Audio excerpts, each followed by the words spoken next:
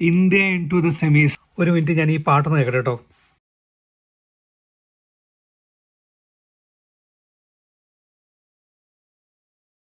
ഭാരതമെന്നാൽ അഭിമാനപൂരിതമാകണം അന്തരംഗം, കേരളമെന്നാൽ തിളക്കണം ചോര ഞരമ്പുകളിൽ. സഞ്ജു, ഇന്ന് മാച്ച് കണ്ട ഓരോ മലയാളികളും മനസ്സിൽ അഭിമാനത്തോടു കൂടി കരുതി പറയുന്ന ഒരു വാക്യായിരിക്കും ഇത്. ഞാൻ വിശ്വസിക്കുന്ന ഒരു കാര്യം കേട്ടോ. കുറച്ച് വൈകിട്ടാണെങ്കിലും നമ്മൾ നേടേണ്ട ഒരു കാര്യം എന്തായാലും നമ്മളിൽ വന്നു ചേരും. Sanju, I am so proud of you man. എന്ത് മിറാക്കളാ സംഭവിച്ചെന്നറിയില്ല. India won the toss and elected to bat first. Easy ആയിട്ട് സെമിയിൽ വരാവുന്ന ടീമാണ് ഇന്ത്യ. ഇത്രയൊന്നും കാത്തിരിക്കേണ്ട കാര്യമില്ലായിരുന്നു ലാസ്റ്റ് ഒരു 1.5 ഇയേഴ്സിന്റെ പെർഫോമൻസ് വെച്ച് നോക്കുമ്പോൾ. പക്ഷേ അതാണല്ലോ ശീലം.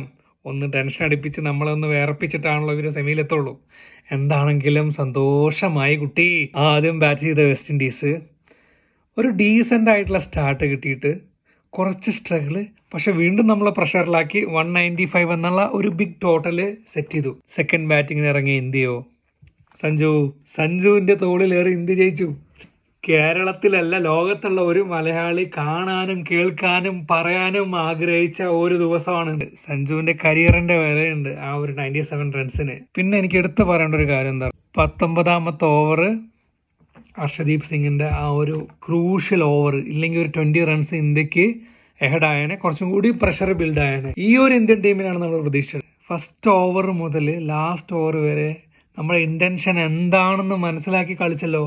ആ ക്യാരക്ടേഴ്സ് ഓരോരുത്തരും ടീമിലേക്ക് ബ്രിങ് ചെയ്ത ആ ഒരു പോസിറ്റീവ് ആറ്റിറ്റ്യൂഡ്, അതാണ് വിജയിക്കാനുള്ള കാരണം. ഇത്രയും ടോപ്പ് ഓർഡറുള്ള ടീം ഫീൽഡിങ്ങിൽ ഈ ഒരു സീസൺ ഏറ്റവും താഴെത്തട്ടിലാണ് കിടക്കുന്നത് ആവറേജിൽ. അത്രയും ക്യാച്ചസാണ് നമ്മൾ മിസ് ചെയ്തിരിക്കുന്നത്. അത് ഈസി ക്യാച്ചസ്. ബോളിംഗ് അറ്റാക്കിൻ്റെ സൈഡിലാണെങ്കിൽ പോലും ഒരു പ്രഷർ സിറ്റുവേഷനിൽ തിരിച്ച് ബുംറ ഹർഷദീപ് അല്ലാതെ വേറൊരാൾക്ക് പോലും ബാറ്റിംഗ് സൈഡിലേക്ക് പ്രഷറിനെ ഡൈവേർട്ട് ചെയ്യാൻ കഴിയാത്തൊരവസ്ഥ വരുന്നുണ്ട്.